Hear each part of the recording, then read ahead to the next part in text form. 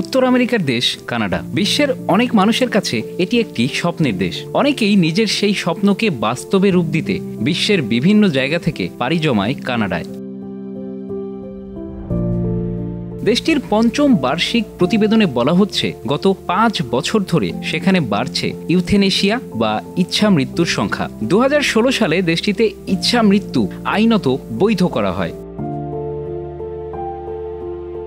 2023 সালে কানাডায় প্রায় 15,300 জন মেডিকেল অ্যাসিস্টেড ডাইং বা ইচ্ছা মৃত্যু গ্রহণ করেছেন, যা দেশটির মোট মৃত্যুর 4.7%। ইচ্ছা মৃত্যু গ্রহণকারীদের মধ্যে প্রায় 96% স্বাভাবিক মৃত্যুর সম্ভাবনা ছিল। বাকিরা দীর্ঘমেয়াদী রোগে ভুগছিলেন। গড় বয়স ছিল 77 বছর এবং ক্যান্সার ছিল ইচ্ছা মৃত্যু গ্রহণ করার প্রধান কারণ। প্রতিবেদনে দেখা যায় 2023 সালে ইচ্ছা মৃত্যুর হার বেড়েছে প্রায় 16%, যদিও আগের বছর বেড়েছিল 31%। জাতিগতভাবে ইচ্ছা মৃত্যু গ্রহণকারীদের 96% ছিলেন শ্বেতাঙ্গ।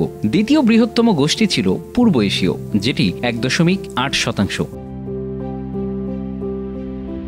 কুইবেক প্রদেশে ইচ্ছা মৃত্যুর হার সবচেয়ে বেশি, যা দেশের মোট ইচ্ছা মৃত্যুর 37%। এর কারণ নির্ধারণে কুইবেক সরকার একটি গবেষণা শুরু করেছে।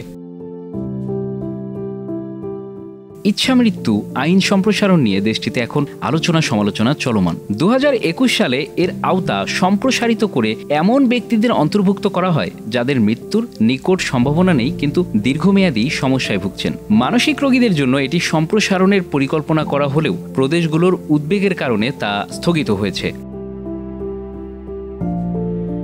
কানাডা ছাড়াও নেদারল্যান্ডস, বেলজিয়াম, লুক্সেমবার্গ এবং স্পেন এ ধরনের মৃত্যুর বৈধতা দিয়েছে। এছাড়া যুক্তরাষ্ট্রের কিছু রাজ্যে যেমন ওরেগনে এর বৈধতা রয়েছে।